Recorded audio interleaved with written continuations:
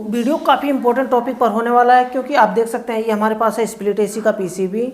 अब ये इस तरह से इस एरिया में आप देख सकते हैं ना, ये एरिया में आप देख सकते हैं किस तरह से पीसीबी जला हुआ है। तो इस तरह से जलने का रीज़न क्या है? क्योंकि इस तरह से क्योंकि पीसीबी में एक प्रोटेक्टर लगा होता है जिसे कहते हैं हाई रैप्चरिंग कैपेसिटी फ्यूज। अगर कोई भी ओवरलोड होता है, चाहे इंडोर में हो या फिर आउटडोर में हो, तो क्या होता है कि हाई रैप्चरिंग कैपेसिटी फ्यूज उड़ जाता है, जल जाता है। लेकिन इस तरह से ये आप देख सकते हैं, इस तरह से पीसीबी कभी भी जलता नहीं है। लेकिन इसका रीज़न क्या है, मैं और भी इसका मैं दिखाता हूँ आपको। आप ये देख सकते हैं, ये होता है हाई रैप्चरिंग कैपेसिटी फ्यूज। आप देखिए यहाँ पर ये वाला, ये शीशे का जो फ्यूज होता है ना, ये हाई रैप्चरिंग कैपेसिटी फ्यूज होता है। ये लगा होता है तो ये पीसीबी को, पूरे सिस्टम को प्रोटेक्ट करता है। कैसे? क्योंकि अगर कोई भी लोड होता है, चाहे कंप्रेसर के ऊपर हो या फिर इंडोर मोटर के ऊपर हो या फिर हाई एम्पियर ले रहा हो, हाई एम्पियर लेना जो कंप्रेसर ही सबसे ज़्यादा लोड लेता है, स्प्लिट एसी हो, विंडो एसी हो, सबसे ज़्यादा लोड कंप्रेसर ही लेता है। तो ये जो होता है ना प्रोटेक्टर, ये क्या करता है कि ये तुरंत उड़ जाता है, जल जाता है, जिससे पूरा सिस्टम सेफ बचा रहता है। अब इस तरह से अगर मानिए कि इस तरह से जल गया, अब मैं यहाँ पर भी दिखाऊं, ये देखिए ये वाला हिस्सा, यहाँ पर भी फ्यूज लगा हुआ है लेकिन फ्यूज नहीं जला है, फ्यूज सेफ बचा हुआ है। लेकिन ये आप रिले देख सकते हैं, छोटा रिले, और यहाँ पर थिम्बल को लेकर के और ट्रांसफार्मर तक लेकर के यहाँ पर पूरा जल चुका है। तो कंप्लीट इस वीडियो में हम सीखने वाले हैं कि आखिर रीज़न क्या था।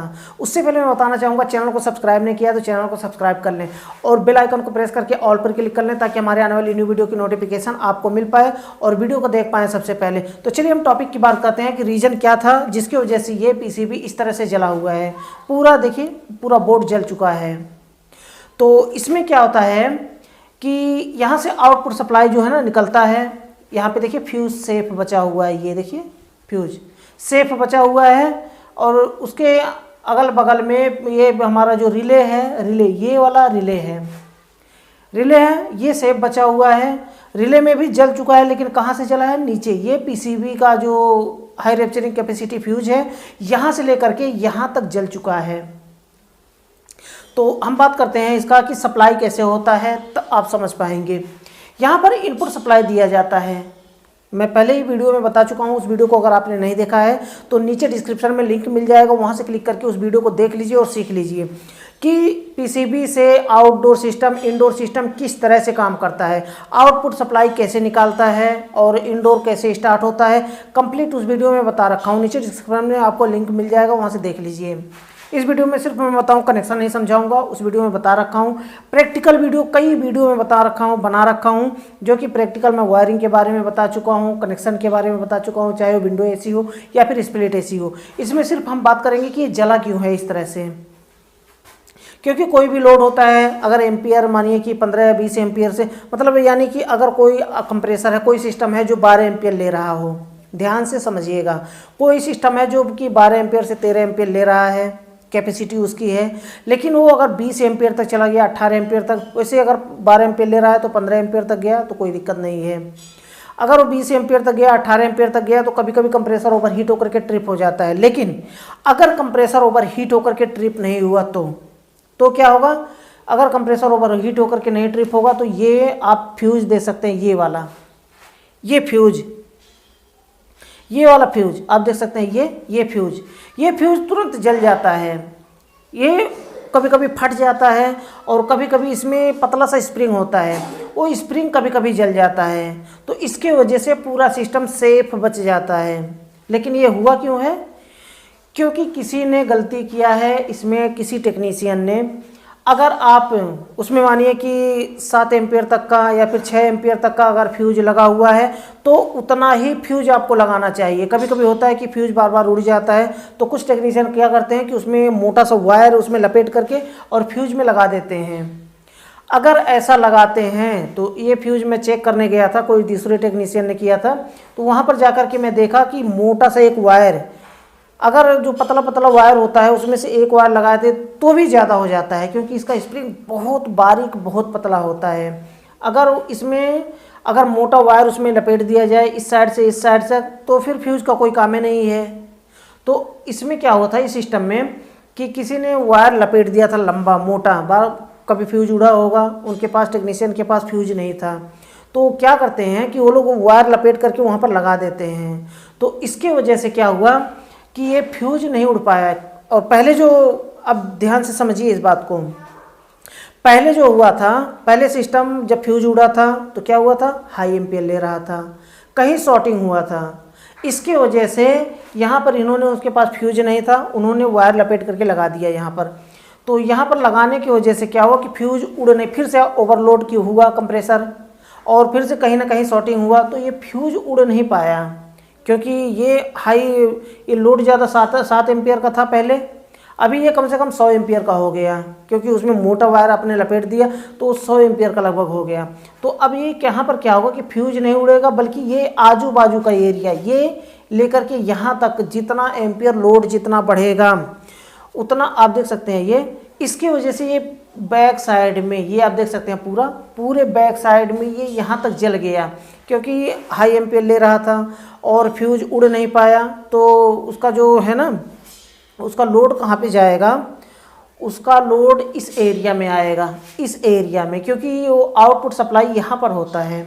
जो लाइव लिखा हुआ है ना, आप देख सकते हैं यहाँ पर लिखा हुआ लाइव।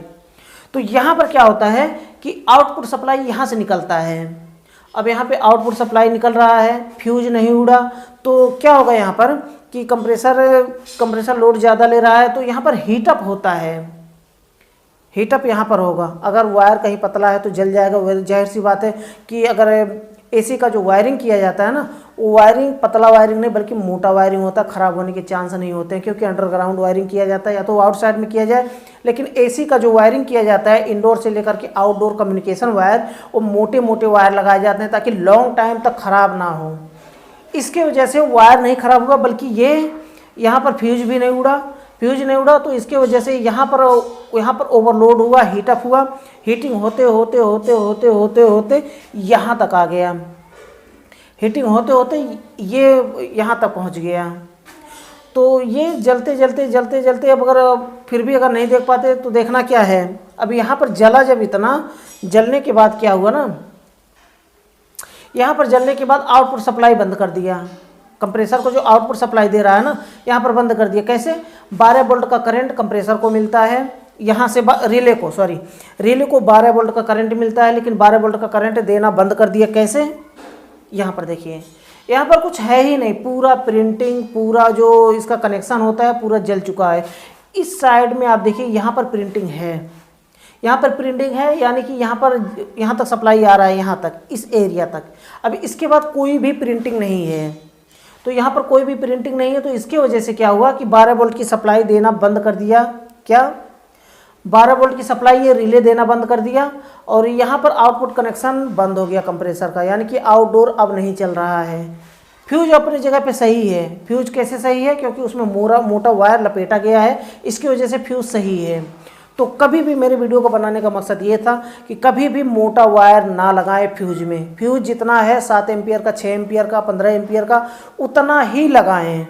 अगर आपके पास फ्यूज बाई चांस नहीं है तो आप बिल्कुल पतला सा वायर उसमें लगा करके काम चला दें, लेकिन एक दिन के बाद आकर के उसे लगा दें फ्यूज। कभी भी ये गलती ना करें कि मोटा वायर लगा करके आप चलने दें।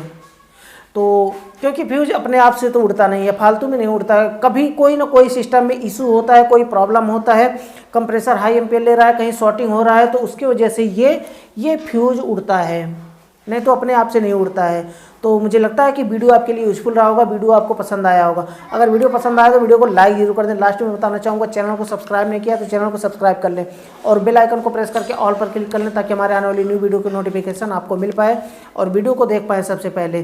तो आज के लिए बस इतना ही था, अगली वीडियो में फिर जल्दी मिलते हैं एक नए टॉपिक के साथ।